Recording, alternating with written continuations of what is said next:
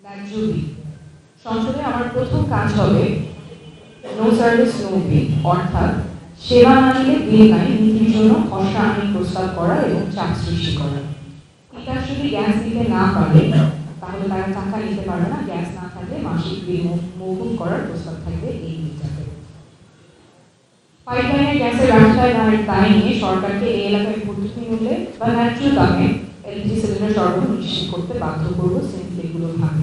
Syndicate করে দাম বাড়ালে কঠোর ব্যবস্থা নেওয়ার জন্য প্রশাসনকে চাপ দেব। জলাবদ্ধতা নিরসনে ড্রেনেজ ব্যবস্থার আধুনিকায়ন এবং বর্ষার আগেই খাল ও নর্দমা পরিষ্কার নিশ্চিত করতে আমি সংশ্লিষ্ট প্রতিষ্ঠানের সাথে একযোগে কাজ করব এবং অগ্রগতিগুলো মনিটর করব।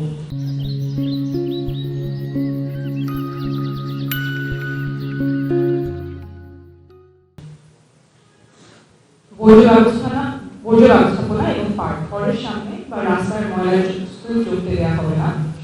সেকেন্ডারি ট্রান্সফার স্টেশন অর্থাৎ আধুনিক বর্জ্য অপসারণের ব্যবস্থা নিশ্চিত করতে এবং এলাকার পার্কগুলোতে হাঁটার পরিবেশ উন্নত করতে সিটি কর্পোরেশন এবং অন্যান্য প্রতিষ্ঠানের সমন্বয়ে কাজ করব। রাস্তা খুঁড়ে ফেলে রাখা চলবে না। ওয়াসা হোক সিটি কর্পোরেশন হোক, যেই রাস্তা কাটবে কাজ শেষ করার নির্দিষ্ট ডেডলাইন থাকবে, ডেডলাইন মিস করলে ঠিকাদারকে জরিমানা করতে হবে।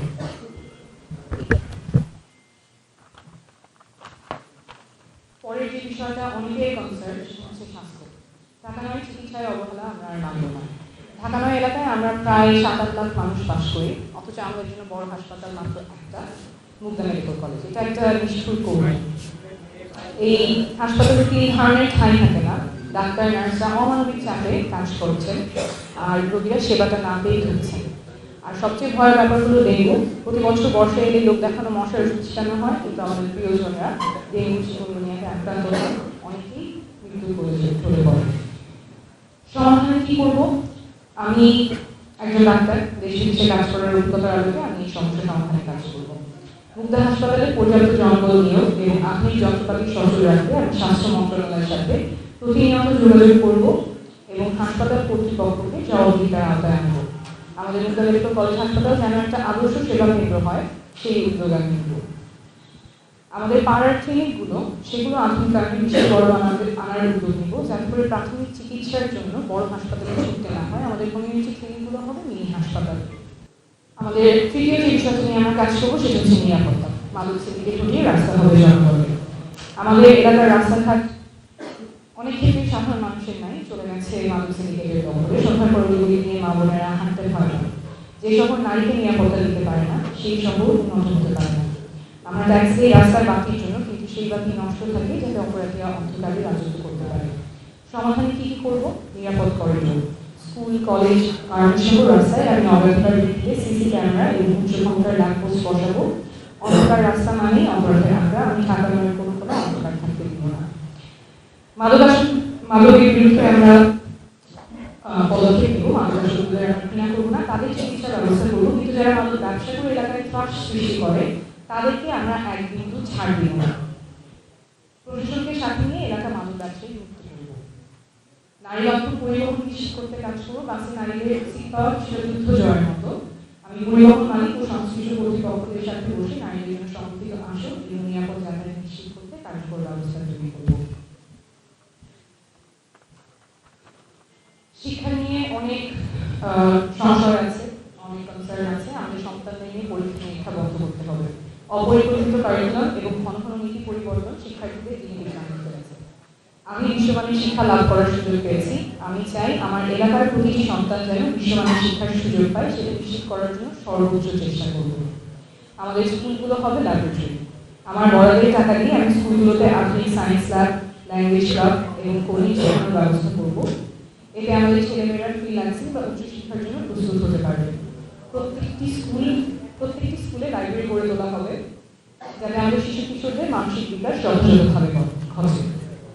আমরা একটা স্মার্ট প্রজন্ম চাই, শুধুমাত্র বইয়ের পড়া নয়, ওরা মানসিক স্বাস্থ্য, সহশিক্ষামূলক কার্যক্রম এবং এআই বা কৃত্রিম বুদ্ধিমত্তাও শিখবে। আমাদের তরুণরা যেন বিশ্ববাজারে প্রতিযোগিতা করার জন্য উপযুক্ত হয়ে গড়ে উঠতে পারে, সেই ব্যাপারে পদক্ষেপ নেব। অভিভাবক শিক্ষক ফোরাম তৈরি করবো, শিক্ষকদের বেতন ও মর্যাদা বৃদ্ধির জন্য সংসদে লড়বো। একই সাথে স্কুলে বুলিং বা হয়রানি বন্ধে কঠোর নজরদারি নিশ্চিত করবো। স্কুলগুলোতে যেন অভিভাবক শিক্ষক ফোরাম তৈরি হয় এবং তার যথাযথভাবে কাজ করে সেটা নিশ্চিত করবো। অর্থনীতির যে জীবিকা নিয়ে সুনির্দিষ্ট পদক্ষেপ আছে। আমাদের অনেক তরুণ তরুণী বেকার, কারণ সিস্টেম তাদের পক্ষে নেই, তাদের মেধা আছে কিন্তু পুঁজি নেই। রাষ্ট্র কেবল বড় শিল্পপতিদের নিয়ে মকুব করে, কিন্তু আমাদের ছোট ছোট ব্যবসায়ী বা নতুন উদ্যোক্তারা আছেন, ব্যাংকের বারান্দায় ঘুরতে ঘুরতে তারা ক্লান্ত হয়ে যায়। আমাদের মায়েরা কাজ করতে চান, কিন্তু ডে কেয়ার সেন্টার না থাকায় সন্তানকে ঘরে রেখে তারা কাজে যেতে পারে না। এটা অর্থনীতির একটা ব্যর্থতা। সমাধানে আমরা কি করবো? Start up Dhaka 9 fund. আমি এটি বলে আমার বিশেষ বরাদ্দ থেকে তরুণ উদ্যোক্তাদের জন্য সিলিং ফান্ড বা প্রাথমিক পুঁজির ব্যবস্থা করবো, যেমন ছাড়া সহজ শর্তে যাতে ঋণ পায় সেজন্য আমি ব্যাংকের সাথে লড়াই করবো। প্রতিটি ওয়ার্ডে সরকারি খরচে বা ভর্তুকি দিয়ে কমিউনিটি ডে কেয়ার সেন্টার চালু করবো, যাতে মায়েরা নিশ্চিন্তে কাজে যেতে পারে। শ্রমিকের মর্যাদা নিশ্চিত করতে আমাদের যারা গৃহকর্মী থেকে শুরু করে অনানুষ্ঠানিক খাতে শ্রমিক আছেন সবার জন্য ন্যায্য মজুরি এবং আইনি সুরক্ষা নিশ্চিত করতে আমি সংসদে কথা বলবো। কেউ যেন তাদের দুর্বলতার সুযোগ নিতে না পারে। নারী উদ্যোক্তা সহ স্থানীয় যারা উদ্যোক্তা আছে তাদের জন্য ই-কমার্স প্রশিক্ষণ এবং অনলাইন মার্কেট অ্যাক্সেস নিশ্চিত করবো, যেন শুধু দোকানে না মোবাইলেও ব্যবসা করতে পারে এবং আরো বেশি কাস্টমারকে আকৃষ্ট করতে পারে। 6 নম্বর যে বিষয়টা নিয়ে অনেকেই কনসার্ন জানান সেটা হচ্ছে এমপির জবাবদিহিতা। ভোটের পরে এমপি নিখোঁজ। ভোটের আগে তারা পায়ে ধরেন, হাতে ধরেন, অনুরোধ করেন, কিন্তু ভোটের পরে তাদের টিকিটাও দেখা যায় না, কিন্তু এলাকাবাসী সমস্যায় থাকে, এমপিকে পাওয়া যায় না, ভাগ্যের ব্যাপার। এই সংস্কৃতি আমরা ভাঙবো। সমাধানে নির্বাচিত হওয়ার 1 মাসের মধ্যে স্থায়ী অফিস চালু করবো। কর্মজীবীদের সুবিধার্থে এটি সন্ধ্যায়ও খোলা থাকবে। আমি এবং আমার অফিসের স্টাফরা আপনাদের জানানোর সমস্ত সমস্যার সমাধানে আন্তরিকভাবে কাজ করবো। এবং ওপেন ড্যাশবোর্ড থাকবে, আপনার কোনো ফাইলে চাপা করে থাকবে না। আমরা ডিজিটাল ড্যাশবোর্ড করে করবো, যেখানে আপনারা দেখতে পাবেন আপনার অভিযোগের বর্তমান অবস্থা কি। এবং আমাদের অফিসে যে কথা বলতে কোনো ভাই বা নেতা ধরে প্রয়োজন করবে না, কোনো প্রয়োজন থাকবে না। এখানে যারা উপস্থিত আছে এলাকাবাসী এবং মিডিয়ার মাধ্যমে আপনাদেরকে বলতে চাই, আমি কোনো পেশাদার রাজনীতিবিদ নই। জুলাই গণঅভ্যুত্থানের পরে নতুন ধারার রাজনীতি করার এবং দেশ করার একটা সুযোগ এসেছে, তাই রাজনীতিতে এসেছে। আমার এই ইশতেহার কোনো গতানুগতিক ফাঁকা বলি না, এটি আপনাদের সাথে আমার চুক্তি। আমি যা লিখেছি, যা বলেছি সেটা কীভাবে বাস্তবায়ন করবো সেই পরিকল্পনা নিয়েই মাঝে